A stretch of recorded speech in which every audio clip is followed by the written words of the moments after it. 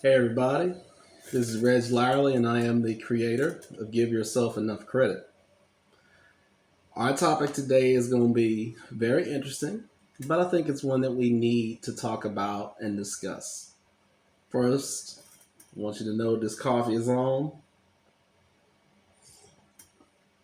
and a lot of what I'm going to discuss with you this morning is spot on.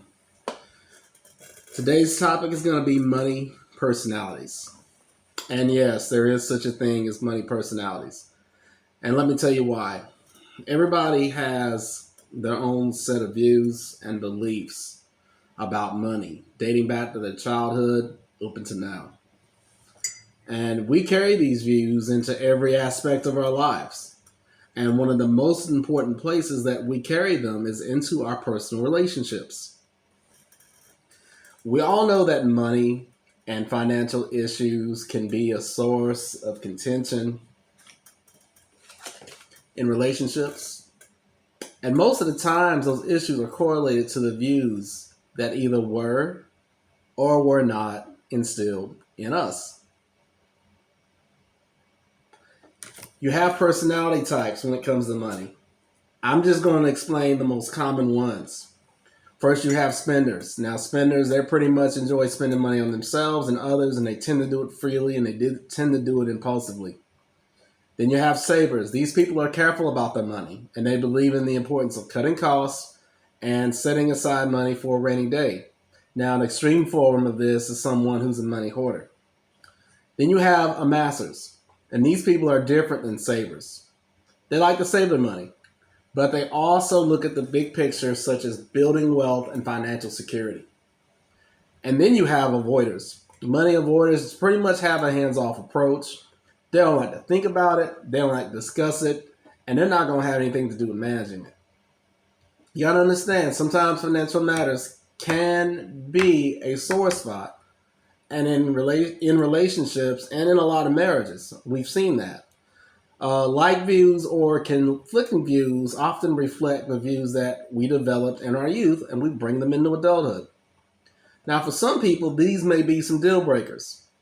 If a person's in debt before ending in a relationship, if a person has a poor credit score before ending a relationship, or if you got somebody who lies about money or hides money in secret accounts, or someone who's just flat out unwilling to discuss money with their partner.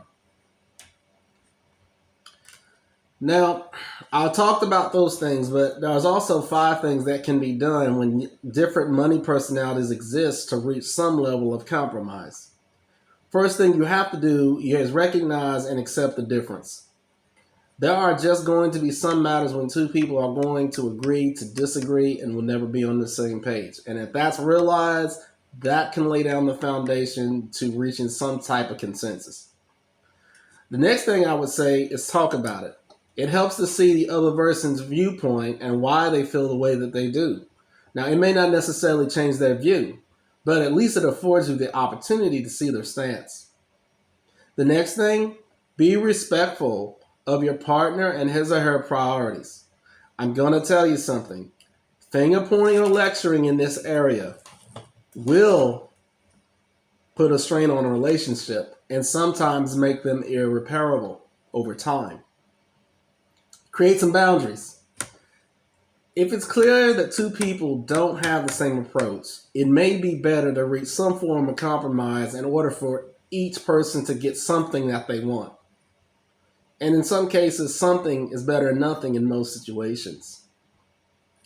Keep it as fair as possible. If you share expenses as a couple, make every effort to do it fairly.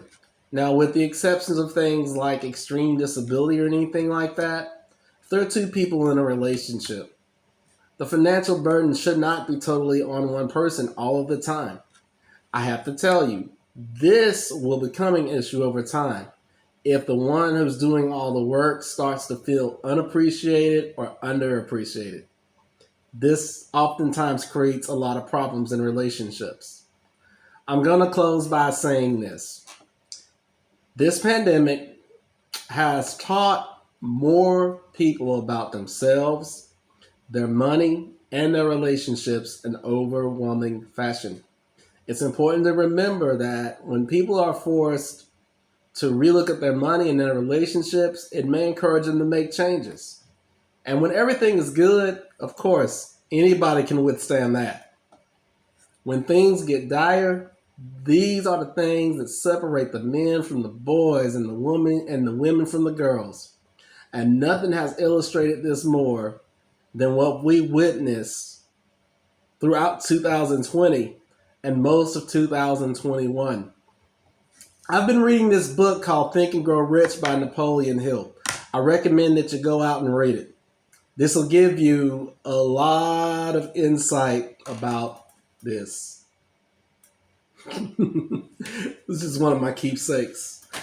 This is Reg Lyerly, and I ask that you take care of yourselves and each other, but last but not least, give yourself enough credit.